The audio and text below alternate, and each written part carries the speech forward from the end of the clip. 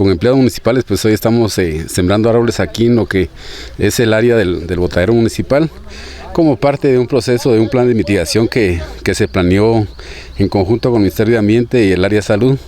Y entonces pues hoy inicialmente pues comenzamos con un cerco vivo, con la plantación de zacate jaragua. Ahora pues estamos sembrando lo que son árboles de ciprés y de pino.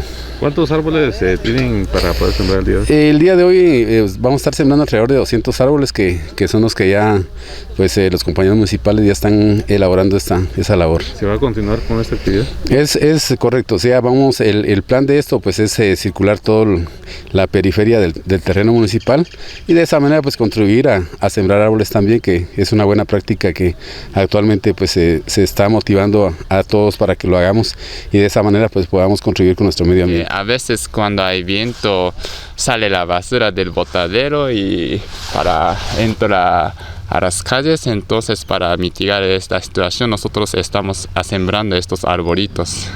Muy importante también contribuir con el medio ambiente. Sí, así es, porque todos los humanos nosotros no podemos vivir sin generar la basura, los desechos. Las raíces de los árboles, tanto la especie ciprés como la especie pino, amarre bien aquí el terreno y no sea tan fácil una erosión tremenda que se pueda dar aquí, pues, ¿verdad? Entonces en esa forma es de que los árboles van a contribuir acá en este terreno en la cual hoy estamos reforestando.